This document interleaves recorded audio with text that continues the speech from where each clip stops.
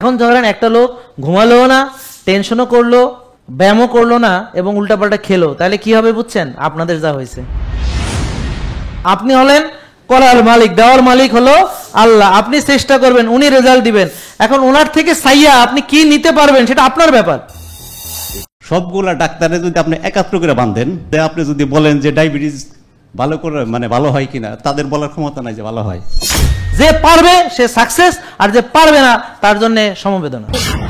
কত ধরনের রোগ থেকে যে মুক্তি পাই আমরা যারা স্যারের লাইফস্টাইল ফলো করতেছি তারা অনুধাবন করতে পারতেছি। আসসালামু আলাইকুম রহমতুল্লাহি ওয়া বারাকাতুহু। সবাই কেমন আছেন? আলহামদুলিল্লাহ, আল্লাহ সবাইকে ভালো রাখুক। আলহামদুলিল্লাহ, আমরা সবাই সুস্থ থাকতে চাই এবং আমরা সুস্থ থাকার জন্যই আজকে এখানে একত্রিত হয়েছি। তো আপনারা সুস্থ থাকতে চান কে কে দেখি? সবাই সুস্থ থাকতে চান? মাশাআল্লাহ। প্রকৃত খাবার খাওয়া, হালালাং তৈয়বাং, যেই খাদ্য আল্লাহ আমাদের জন্যে হালাল করেছেন, হালাল রুজি থেকে যেই খাবারগুলো আমরা ক্রয় করি এবং যেই খাবারগুলো প্রকৃত খাবার, যেমন প্রসেসড ফুড মানে বিকৃত খাবার, জেনেটিক্যালি মডিফাইড মানে বিকৃত। সব জিএমও খারাপ বলছি না, তবে মেজরিটি জিএমও হচ্ছে বিকৃত। যখন ন্যাচারালি একটা জিনিস তৈরি হয়, উৎপাদন হয়, তাহলে সেটা আমাদের স্বাস্থ্যের জন্য ভালো। আর যখন কেমিক্যাল ফার্টিলাইজার, পেস্টিসাইড দেওয়া হয়, হাইব্রিড করা হয় এবং পরবর্তীতে খাবারটা মুখরোচক সুস্বাদু করার জন্যে যখন তার ফাইবারগুলো ফেলে দিয়ে শুধু ধরেন সাদা চাল, সাদা আটা, এবং এগুলো আবার যখন আমরা আর একটা নিকৃষ্ট সয়াবিন তেলে রান্না করে বা ভাজি করে খাই, তো এই কোনোটাই দেখেন এই পৃথিবীতে এই সৃষ্টির পর থেকে ছিল না। তাহলে প্রকৃত খাবার হচ্ছে সেই খাবারগুলো যেগুলো সৃষ্টির পর থেকেই ছিল, পৃথিবীর সৃষ্টির পর থেকেই ছিল প্রকৃত খাবার। পরবর্তীতে মানুষ জ্ঞান বিজ্ঞানে উন্নতি সাধন করার পরে তারা খাদ্যে বিকৃতি করা শিখেছে, জিন মডিফাই করা শিখেছে, কেমিক্যাল ফার্টিলাইজার দিয়ে, পেস্টিসাইড দিয়ে, তারপর খাবার যেন পচে না যায়, খাবারের ভিতর মেকানিজম করা, খাবারকে প্রসেসড করা, আল্ট্রা প্রসেসড করা, মুখরোচক করা, খাবারের পুষ্টিগুলো বের করে নিয়ে মানুষকে শুধুই রুচি মজা দেওয়ার জন্যে, তাদেরকে ভালো লাগানোর জন্যে যে খাবারগুলো মুখরোচক কিন্তু সেটা স্বাস্থ্যকর নয়। স্বাস্থ্যকর খাবার হচ্ছে বৈশিষ্ট্য শরীরের উপাদান হিসেবে কাজ করে, কোনোটা দিয়ে শরীর গঠন হবে, কোনোটা দিয়ে ইমিউন সিস্টেম আমাদের তৈরি হবে, কোনোটা দিয়ে আমাদের শক্তি হবে, কোনোটা দিয়ে আমাদের অন্যান্য মাইক্রোনিউট্রিয়েন্টসগুলো আমাদের চাহিদা মিটবে, আমাদের ইলেকট্রোলাইটসের ব্যালেন্স ঠিক থাকবে। তো প্রতিটা খাদ্য হচ্ছে তাকেই বলা যায় যে এই খাবার থেকে আমরা এই উপাদানগুলো পাই, সেটাই হচ্ছে তৈয়বা, মানে কল্যাণ খাবার। এখন কল্যাণ খাবার, হালাল খাবার, তাজা খাবার, বুঝতে পারছেন? এবং যেই খাবারগুলো আল্লাহর দেওয়া প্রকৃত, এই খাবার থেকে এক ভাগ খেতে বলা হয়েছে। অতিরিক্ত যদি খাই সেখানেও ক্ষতি হবে। মহান রাব্বুল আলামিন আমাদেরকে খাবার তরিকা শিখিয়েছেন, এক ভাগ খাবো, এক ভাগ পানি খাবো, এক ভাগ ফাঁকা থাকবে, তাহলে পরিমিতি বোধ। এরপর আমরা ক্ষুধা লাগলে খাবো, ক্ষুধা থাকতে থাকতে খাওয়া শেষ করব। এবং খাবারটা একটা ইবাদত, মাইন্ডফুল ইটিং, একেবারে ইবাদত মনে করে চিবিয়ে চিবিয়ে সুন্দর করে চিবিয়ে চিবিয়ে চিবিয়ে চিবিয়ে সময় নিয়ে আল্লাহর শুকরিয়া আদায় করে, বিসমিল্লাহ বলে সুন্দর করে দোয়া দুরুদ পড়ে আল্লাহ আমাদেরকে খেতে দিয়েছেন। কত মানুষ আজকে দেখেন না খেয়ে আছে, ফিলিস্তিনে দেখেন কি অবস্থা, কত মানুষ দুর্ভিক্ষে আছে, খেতে পারছে না। তা আমাদেরকে আল্লাহ তাআলা রিজিক দিয়েছেন, আলহামদুলিল্লাহ। সেইটাকে আল্লাহর রহমত মনে করে ধীরে সুস্থে চিবিয়ে চিবিয়ে সময় নিয়ে ভালো করে আপনি খাবারটা খাবেন। মাইন্ডফুলনেস ইটিং মানে হচ্ছে, মাইন্ডফুল ইটিং হলো যে আপনার খাবারটা ইবাদত মনে করে, মেডিটেশন মনে করে, মনোসংযোগ দিয়ে কোন খাবারটা খাচ্ছেন। আপনি জানেন খাবার দেখার সঙ্গে সঙ্গে সেটার হজমের সব কিছু আমার বডিতে তৈরি হয়ে যায়। আমরা যেমন তেঁতুল দেখলে জিভে জল চলে আসে। এখন কোন খাবারটা খাবেন চোখে দেখার সঙ্গে সঙ্গে এই খাবারটাকে রেডি করার জন্য এটার কি কি এনজাইম লাগবে, cephalic phase of the digestion, মানে খাবারের সেফালিক ফেজ শুরু হয়ে যায় খাবার মুখে দেওয়ার আগেই। ঘ্রাণ বলে না, ঘ্রাণ, খাবারের ঘ্রাণ নাকে আসার সাথে সাথে, যেমন আপনারা পুরান ঢাকা দিয়ে যাওয়ার সময় নাকে বিরিয়ানির ঘ্রাণ আসলে দেখবেন কি করে জানি বিরিয়ানিটা আপনার পেটেই চলে গেছে, আপনি বাকিটা বলতেই পারবেন না। দেখবেন যে আপনি খেয়ে নিয়েছেন, কিভাবে খেয়েছেন জিজ্ঞেস করলে আপনি ব্যাখ্যা দিতে পারবেন না। তো এই যে খাবারটা আপনি তাকালেন কি খাবার খাচ্ছেন, এবং যদি আরও বেশি বেনিফিট চান তাহলে নিয়মিত আমার ভিডিও দেখুন, কোন কোন খাবারে কি কি উপাদান যেগুলো আপনার উপকার, ব্রেনকে জানান। ব্রেন সেই উপকারগুলো বুঝতে পারলে তখন ওই যে জিনিস ব্রেন জানে সেটা উপকার পাওয়া দ্রুততর সময়। একটা জিনিস না জেনে করলে সেটার উপকার সহজে পাওয়া যায় না, জেনে করলে পাওয়া যায়। তা আমরা জানবো কেন? কারণ জানলে উপকার বেশি পাওয়া যায়। ব্রেন যখন বুঝবে যে এই খাবারের এই উপকার এবং সে বুঝে শুনে খাচ্ছে, তখন সে আরও বেশি এই জিনিসটাকে, মানে তার ইনফরমেশনটা থাকলে এটা হলো এক ধরনের কমান্ডের মতো, সে একটা কমান্ড করতে পারবে। ব্রেনের কাছে যত ভালো ভালো ইনফরমেশন থাকবে সে বডিটাকে তত সুন্দর রেগুলেট করতে পারবে। আল্লাহ তাআলা আমাদেরকে আরআই সিস্টেমে তৈরি করেছেন। আমরা এখন এআই দেখছি, এটা হলো আর্টিফিশিয়াল ইন্টেলিজেন্স। আর আল্লাহ আমাদেরকে সৃষ্টি করেছেন আরআই, রিয়েল ইন্টেলিজেন্স হিসেবে। এবং এই ইন্টেলিজেন্স থাকার ফলে আমরা শ্রেষ্ঠত্ব লাভ করেছি। আমাদের চেয়ে শক্তিশালী অনেক প্রাণী আছে, আমাদের চেয়ে সাইজে বড় অনেক প্রাণী আছে, কিন্তু মানুষকে শ্রেষ্ঠত্ব দেওয়া হয়েছে। যেমন ইবলিস আগুনের তৈরি, তার উপরে আমাদেরকে শ্রেষ্ঠত্ব দেওয়া হয়েছে। ফেরেশতারা নূরের তৈরি, তার উপর মানুষকে শ্রেষ্ঠত্ব দেওয়া হয়েছে। এটা আমার ম্যাটেরিয়ালসের জন্য দেওয়া হয়নি যে ও মাটির তৈরি বলে, না।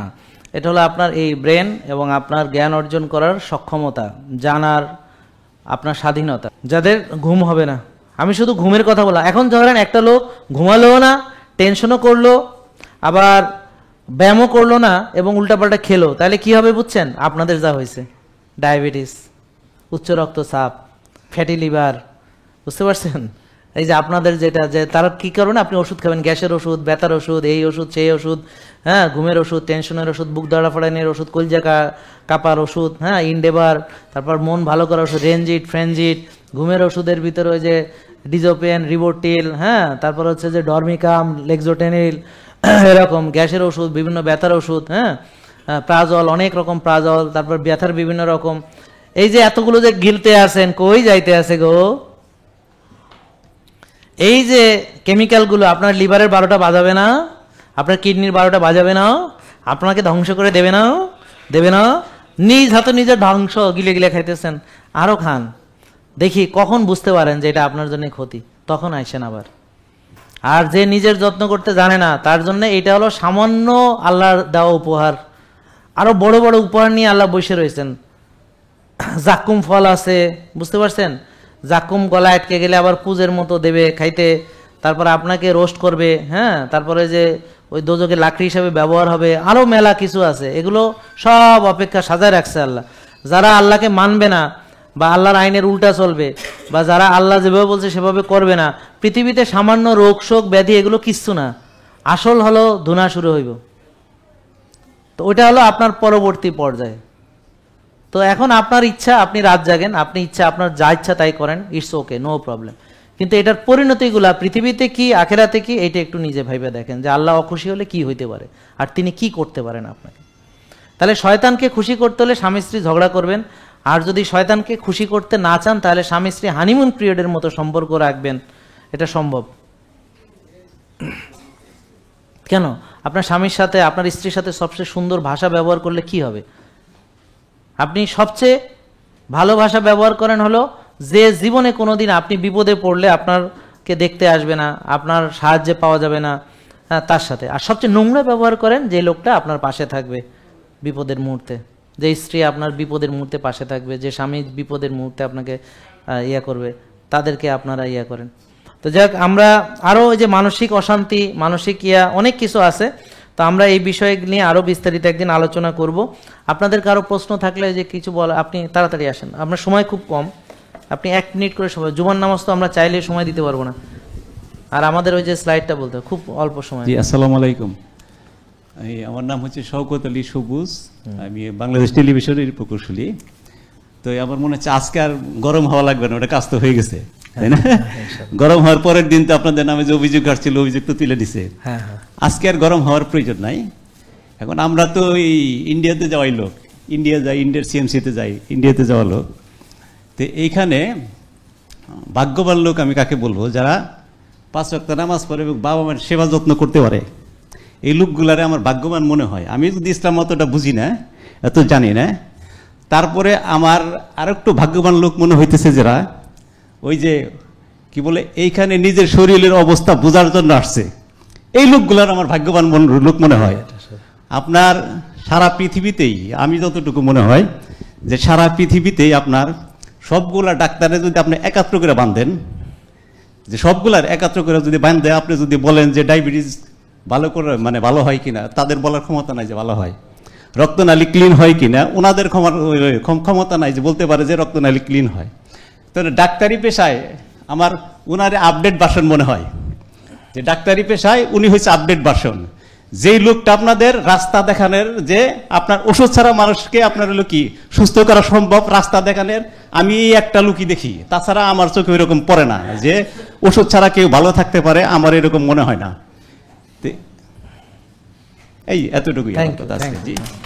ঠিক আছে, আর কারো প্রশ্ন? তাড়াতাড়ি আসেন, হ্যাঁ খুব সংক্ষেপে চলে আসেন, চলে আসেন, সময় পাওয়া যাবে না, আসেন, আপনিও আসেন, কোনো অসুবিধা নেই।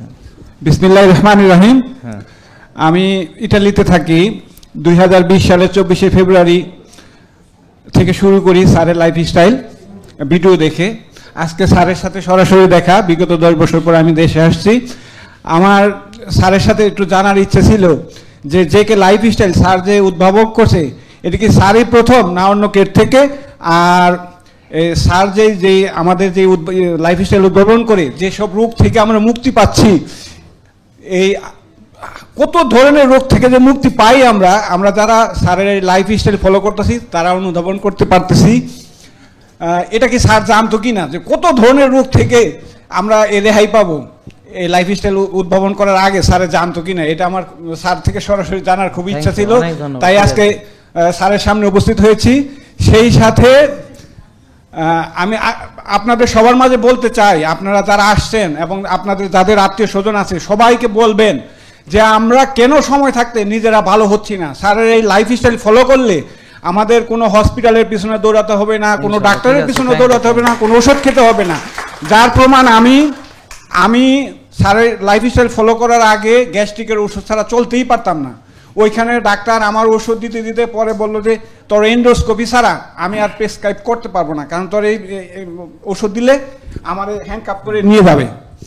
তারপরে স্যারের এই লাইফস্টাইল ফলো করার পরে এই 5 বছরের মধ্যে আমার কোনো ওষুধ খেতে হয় না।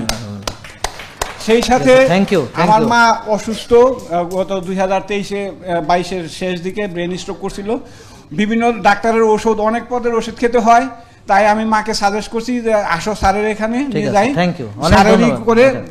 অনেক ধন্যবাদ স্যার। একটু আমার মাকে যদি দেখেন, এক প্রবাসী ছেলের মায়ের আকুতি আর কি। ঠিক আছে, যদি একটু দেখেন। হ্যাঁ ঠিক আছে, এই যে দেখলাম যদি ভিটামিন ডি 90-100 থাকে মানে আপনার জন্য এটা ভালো। আর হোমায়ের যদি 1 থাকে তাইলে ঠিক আছে, টিজিএইচডি রেশিও যদি 2 এর নিচে থাকে তাইলে ঠিক আছে, সিআরপি যদি 3 এর নিচে থাকে তাইলে ঠিক আছে, ইনসুলিন যদি 4-5 থাকে, ব্লাড সুগার 5-6 থাকে, ভিটামিন ডি 90-100 থাকে, তাহলে এই রিপোর্টটা আমরা আপনাদেরকে এক্ষুনি বুঝিয়ে দিতেছি যে কেন কি হয়। ঠিক আছে, এর আগে দুটো প্রশ্ন, একটা ভাই বললেন যে অর্গানিক খাবার। দেখেন অর্গানিক খাবার এটা দামি না, এটা হলো সস্তা। কেন সস্তা? কারণ এই খাবারের ফলে আপনি যত টাকা সেভ করবেন উল্টা সে দিয়ে বাড়ি গাড়ি বানাইতে পারবেন। এটা দামি না, দামি আপনি মনে করতেছেন বলে, কিন্তু আপনার যে টাকা খরচ করতেছেন ওষুধের পিছনে, অপারেশনের পিছনে, ট্রিটমেন্টের পিছনে, ইন্ডিয়া যাওয়ার পিছনে, দেশের বাইরে চিকিৎসা করার পিছনে, আর যে সাফারিংস আপনার হচ্ছে সেটা দামি। তো সেইগুলো কিছুই লাগবে না যদি আপনি সুস্থ থাকেন। এই জন্যে এইটা দামি না, এটার দাম অনেক কম। এছাড়া ধরেন এই মানের যে খাবারগুলো সেগুলো দেশের বাইরে, ইন্ডিয়াতে প্রাকৃতিক পাওয়া যায় যদিও, বাট আমেরিকা, কানাডা, অস্ট্রেলিয়াতে এটার দাম 3 গুণ বেশি। আমার এখানে বহু লোক আছেন যারা আমেরিকা থেকে আসেন, ইংল্যান্ড থেকে আসেন, এবং তারা অনেক বেশি প্রোডাক্ট এখান থেকে নিয়ে যান। কেন? কারণ ওখানে একত্রিতভাবে সব পান না। এছাড়া এই সায়েন্টিফিক্যাল এক্সট্রাকশন মেডিসিনাল কোকোনাট অয়েলও পান না। এই মানের হলুদ পেলে ওখানে 3500-4000 টাকা লাগে, এখানে মাত্র 395 টাকা। তা এটাকে কারা দামি মনে করে? যারা সারা জীবন ভেজাল খাইছে, যারা কোনোদিন খাবারই খায় নাই, যারা সারা জীবনে রাতা মোরগ খায় নাই, ফার্মের ডিম খাইছে, ফার্মের মুরগি খাইছে, চাষের মাছ খাইছে, তাদের কাছে রাতা মোরগ দামি, তাদের কাছে দেশি ডিম দামি, তাদের কাছে ভালো খাবার দামি। বুঝতে পারছেন? কারণ তারা খাইছে সারা জীবন কম দামিটা। এখন কম দামি খেয়ে সে এখন ওষুধ খাইছে, সে এখন অপারেশন করাইছে, ওগুলো যে টাকা ওই খাবারের জন্য যে এইগুলা সেটা বুঝে নাই, আর ওদিকে খাইছে 6 বেলা, হ্যাঁ, আর এখানে আপনি খাবেন 1 বেলা 2 বেলা। এখন আসেন এই প্রাকৃতিক খাবার, আপনারা ধরেন উনি যে কথা বললো, আপামর জনসাধারণ 18 কোটি মানুষ অর্গানিক খেতেও পারবে না, আর সেই প্রোডাক্ট নাইও, তারা কি করবে? প্রাকৃতিক কৃষিতে যেতে হবে। তা আমাদের এই যে আলটিমেট অর্গানিক লাইফ, এখন মনে করেন আমরা যে প্রোডাক্টগুলো দেশের বাইরে থেকে আনছি, এখন আমরা প্রাকৃতিক কৃষি হিসেবে আমাদের যে কে প্রাকৃতিক কৃষি একটা আমাদের সেখানে SPNA বা সুভাষ পালেকার বা জিরো বাজেট ফার্মিং, অর্থাৎ ইন্ডিয়া প্রাকৃতিক কৃষি উৎপাদন করে রপ্তানি করে সারা বিশ্বে নাম্বার 1 হয়ে গেছে। আর আমরা আমাদের মানে এই কাদা ছোড়াছুড়ি, তারপর হচ্ছে যে একজন ক্ষমতা আসতে যাইতেছে না, নামাইলে পর আরও 100 জন ক্ষমতা আসতে চায়। আমরা আমাদের দেশপ্রেম না থাকার কারণে আমাদের কোনো দেশের নীতি নাই।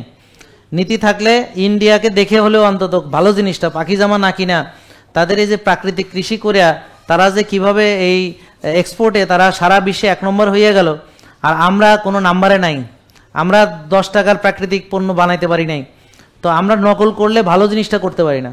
তো এখন আমরা চাইবো যে প্রাকৃতিক কৃষি উৎপাদন না করলে আপনারা চাইলেও ভালো থাকতে পারবেন না, আর খাবার ভালো না পেলে আপনি সুস্থ থাকতে পারবেন না।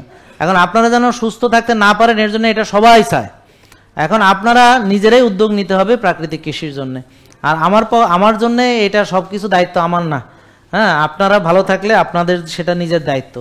এখন আপনারা খাইতে চান কিনা, ভালো থাকতে চান কিনা, আমি জাহাঙ্গীর কবির খাইয়া ভালো থেকে যাইতে পারুম, আর অল্প কিছু লোক যারা আমাদের ফলো করে তারাও হয়তো পারবে, কিন্তু সারা দেশের মানুষ পারতে হলে ওইটা গভর্নমেন্টকে সিদ্ধান্ত নিতে হবে, ওটা রাষ্ট্রীয় সিদ্ধান্ত নিতে হবে। তো ওইটা ওদেরকে যে নীতি নির্ধারকদের বুঝাইতে হবেন, সব দায়িত্ব আমাকে দিবেন না। আমি কি বুঝাতে পারছি?